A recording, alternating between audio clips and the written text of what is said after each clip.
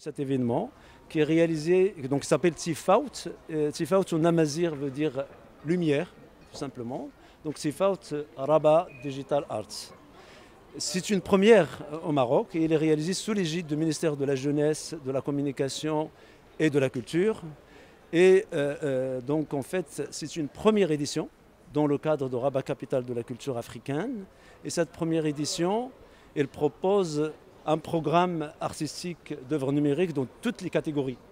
Aussi bien les installations immersives et interactives, les réalités virtuelles, les réalités augmentées, la robotique, la performance numérique, la danse numérique, les vidéos numériques, etc., etc. Il y a beaucoup de choses, je ne peux pas énumérer toutes les catégories.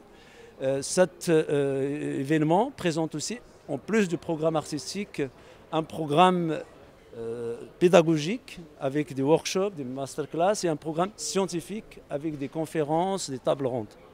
C'est très important d'enrichir ce programme par des séances pédagogiques et des séances scientifiques pour bien faire connaître aux Marocains le fonctionnement de ce domaine qui est assez novateur.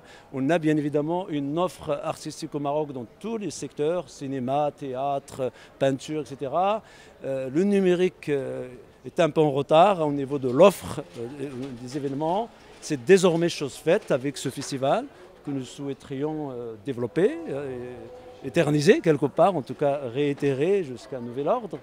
Et voilà, donc nous souhaiterions surtout que ceci s'accompagne de formation, parce que c'est là où ça pêche. D'ailleurs, vous pouvez le remarquer au niveau de la programmation, il y a beaucoup d'artistes étrangers. Bon, c'est lié aussi à la nature de ce festival, et puis au caractère aussi du cadre Rabat Capitale de la culture africaine, puisqu'il y a une représentation de pays africains importante.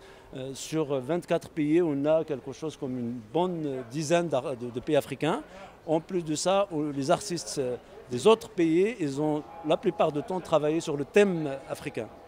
Mais ce que je voulais dire, c'est que le fait qu'il y ait moins d'artistes marocains, il n'y en a pas beaucoup, c'est dû au fait qu'on n'a pas beaucoup d'artistes marocains. Il y en a, il y a un certain nombre d'artistes, mais ils sont vraiment très minimes et la plupart d'ailleurs évoluent à l'échelle, à l'extérieur du pays.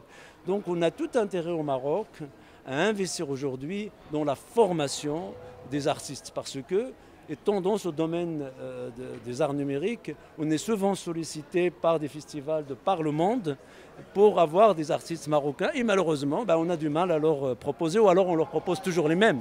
Et du coup, il est très important de développer une offre marocaine de qualité. C'est tout à fait possible. Il faut juste un peu de volonté, un peu d'activité et d'activisme même, je veux dire, politique, de manière à ce qu'on puisse assurer la formation des jeunes et donc à produire des artistes marocains de qualité. On a tous les moyens au Maroc aujourd'hui pour pouvoir réaliser cela. Ce festival est un festival ouvert à tous les publics. Ça, c'est quelque chose de très important et c'est une caractéristique aussi des arts numériques.